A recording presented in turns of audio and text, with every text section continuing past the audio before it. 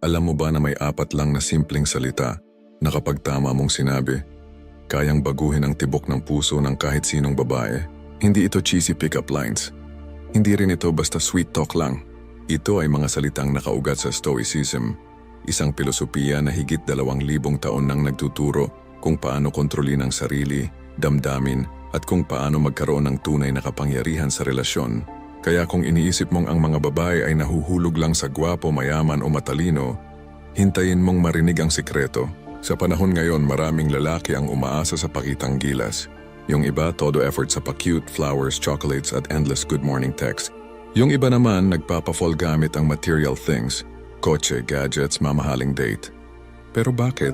Kahit ganoon, may mga babae pa ring biglang nanlalamig. O kaya naman may iba pang pinipili kahit hindi kasing gwapo, yaman o effort mo. Dahil isang katotohanan ang madalas nating kalimutan, hindi sa lahat ng oras panlabas na effort ang nagpapabago ng puso ng babae. Minsan, isang salita lang. Pero tama ang timing, tono at intensyon. Mas tatatak kaysa sa kahit anong mamahaling regalo. Sige, isipin mo ito. Naalala mo ba yung time na nag-chat ka ng good morning? Kumain ka na ba? Araw-araw? Parang wala ng epekto. Parang nagiging routine. Pero nung minsang sinabi mo ang simpleng salitang salamat, biglang napangiti siya. Bakit? Kasi hindi sa dami ng salita kundi sa lalim ng kahulugan. Kung hindi mo alam kung anong tamang salita ang dapat banggitin, mapapagod ka sa kaka-explain, kaka-effort, at sa huli baka isipin mong, bakit siya nahulog sa iba? Ako naman itong laging nandyan. Reality check. Kapag mali ang approach mo sa communication, kahit gaano ka ka-loyal o ka-effort, may kulang pa rin. Kaya ngayon uumpisahan natin ang journey na ito. Sa video na ito, ibabahagi ko ang 4 na salitang kayang paibigin ang kahit na sinong babae. At hindi lang basta-basta salita, kundi may kasamang stoic wisdom kung paano at kailan mo ito gagamitin. Salita number 1, naiintindihan kita. Grabe no? Simple lang. Pero sa totoo lang, karamihan sa lalaki hirap sabihin ito. Mas madali pa ngang magbigay ng solusyon kaysa makinig. Pero tandaan, ang babae hindi laging naghahanap ng sagot. Kadalasan, validation lang. Kapag sinabi mo ng totoo at taos-puso ang salitang ito, naiintindihan kita. Ang ibig sabihin, hindi mo minamaliit ang nararamdaman niya. Hindi mo rin siya ginagawa ng excuse. Bagkus pinaparamdam mo na karapatan niyang maramdaman ang sakit, galit o takot na dinadala niya. Isipin mo may bagyong dumaan. Bilang lalaki, instinct mo ay maghanap agad ng paraan. Saan tayo lilipat? Ano ang dapat gawin? Pero minsan, ang kailangan lang ng babae ay maramdaman na may kasama siya sa unos. Hindi para pigilan ang ulan kundi para hawakan ang payong habang bumubuhos ito. At yung simpleng salitang naiintindihan kita, iyon ang payong na nagbibigay ng init kahit malamig ang paligid. Hindi lahat ng sugat kailangan ng gamot.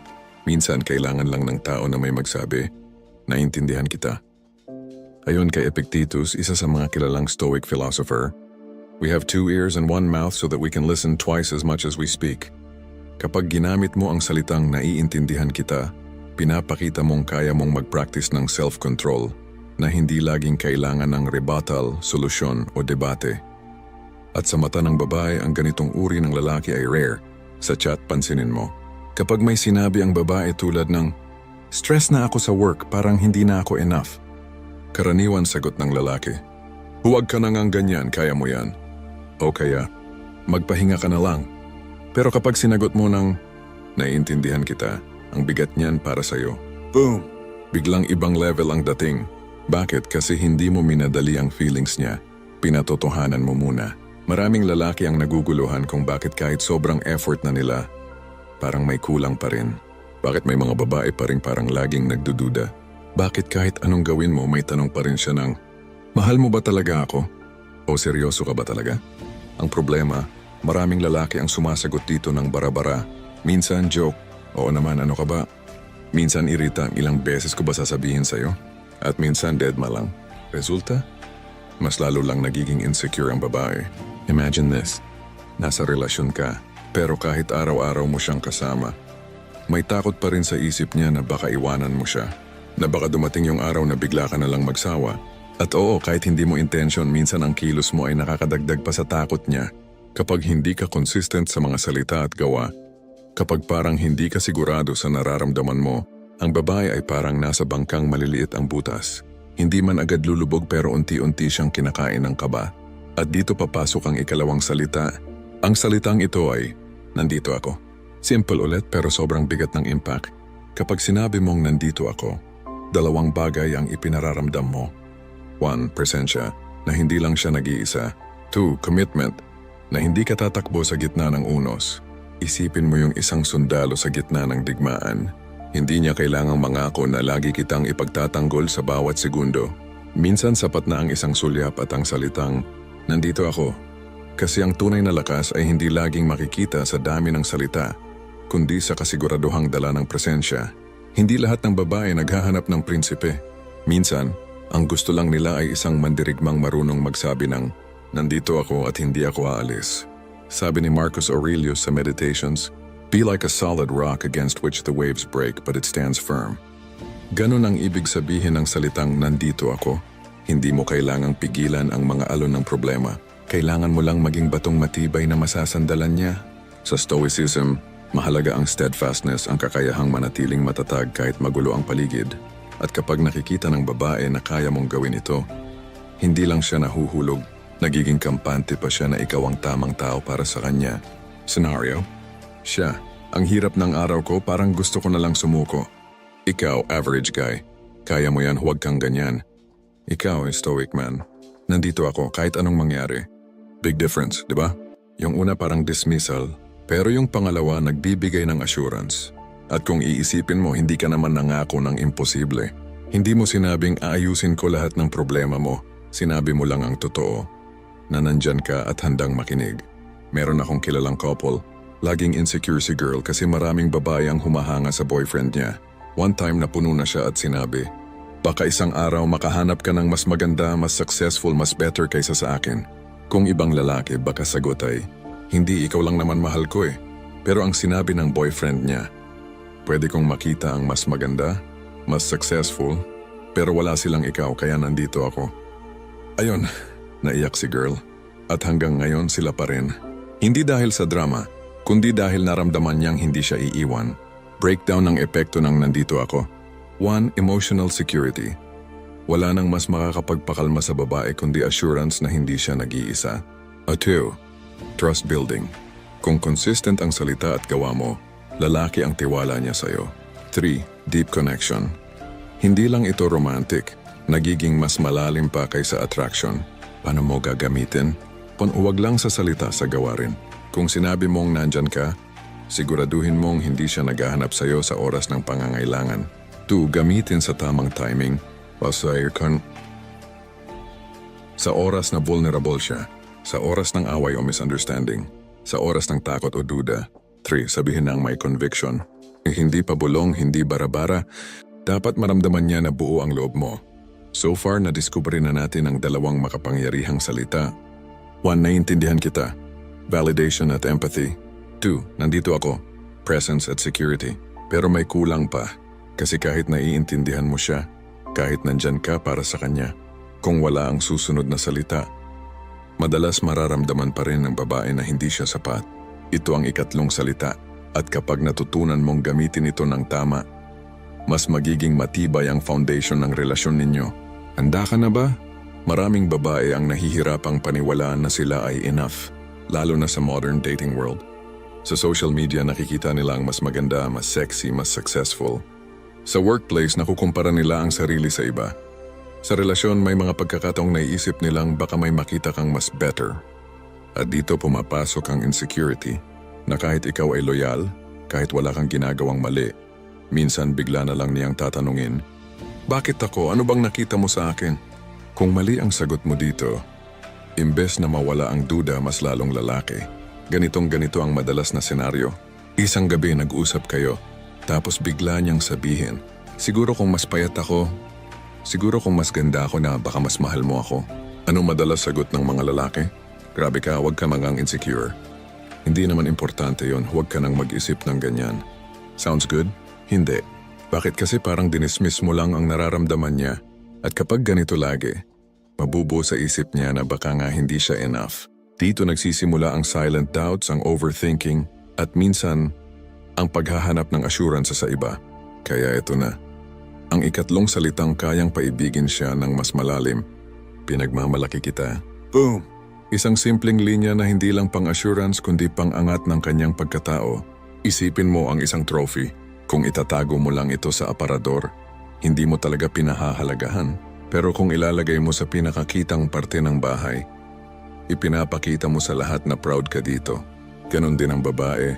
Hindi sapat na mahalin mo siya ng tahimik. Minsan kailangan din niyang marinig at makita na pinagmamalaki mo siya, both privately and publicly. Hindi sapat na mahalin mo lang ako. Gusto ko rin maramdaman na proud ka na ako ang pinili mo. Sa Stoicism, tinuturo na ang tunay na kayamanan ay hindi material, kundi nasa mga bagay na may tunay na halaga. Kung proud ka sa isang tao, ibig sabihin hindi mo siya tinitingnan bilang temporary o palamuti lang. Nakikita mo siya bilang virtue in your life. Sabi nga ni Seneca, what you think of yourself is much more important than what people think of you. Pero heto ang twist. Kung ang taong pinakamalapit sa kanya ikaw ay hindi ipinapakita na proud ka, mahirap para sa kanya na maniwala sa sarili. Scenario 1. Magkasama kayo sa isang party. Siya, nahihiya kasi feeling niya hindi siya kasing ganda ng ibang babae doon. Ikaw, hinawakan mo kamay niya at sinabi, pinagmamalaki kita. Wala akong hihilingin kundi ikaw ang kasama ko ngayon. Scenario 2. Nag-post ka sa social media ng simpleng picture niyo. Nilagyan mo ng caption, always proud of this woman. Sa isip niya, hindi lang siya basta partner mo. Siya ang choice na proud kang ipakita sa mundo. May isang babae na lagi raw insecure kasi ang boyfriend niya ay laging nasa spotlight. Gwapo, maraming fans, successful. Laging tanong niya, baka isang araw magsawa ka sa akin? Hanggang isang beses sa harap ng barkada sinabi ng boyfriend, alam niyo siya ang pinakamaswerteng nangyari sa akin. Pinagmamalaki ko siya higit sa lahat. Doon nagsimulang mawala ang takot ng babae. Hindi dahil sinabi lang niya in private, kundi dahil pinanindigan niya in public. Breakdown ng epekto ng pinagmamalaki kita. 1. Removes insecurity. Kapag narinig niya ito, pakiramdam niya ay sapat siya. 2. Deepens love. Kapag pinagmamalaki mo siya, nakikita niyang hindi ka nahihiyang ipakita ang pagmamahal mo. 3. Creates loyalty.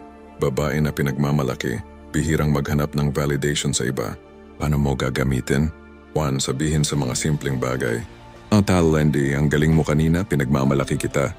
Sobrang proud ako sa'yo sa effort mo. Closure gamitin sa public settings. Hindi kailangan OA. Kahit simpleng pag-introduce. Siya nga pala, girlfriend ko. Proud ako sa kanya. 3. Ipakita rin sa actions. Kasama ang body language, eye contact, hawak kamay at gestures na nagsasabing, mine and I'm proud of it. Narating na natin ang tatlong makapangyarihang salita. 1. Naiintindihan kita. Validation at empathy. Toho, nandito ako. Presence at security. 3. Pinagmamalaki kita. Assurance at pride. Pero heto ang pinakamahalaga. Ito yung salita na hindi lang basta nagpapatibok ng puso ng babae, kundi kayang magpatatag ng habambuhay na commitment. Handa ka na ba marinig ang huling sikreto? Maraming relasyon ang nagsisimula sa matinding attraction. Maganda ang simula, sweet, masaya, puno ng effort. Pero bakit pagdating ng ilang buwan o taon biglang nagbabago? May mga lalaki na nawawala ang consistency. May mga babae na nawawala ang tiwala. At may mga relasyon na nauuwi sa akala ko forever pero hanggang dito na lang pala. Ang problema, maraming lalaki ang mahusay sa simula, pero kulang sa pangako hanggang dulo. Imagine this. Ikaw at siya ilang taon nang magkasama.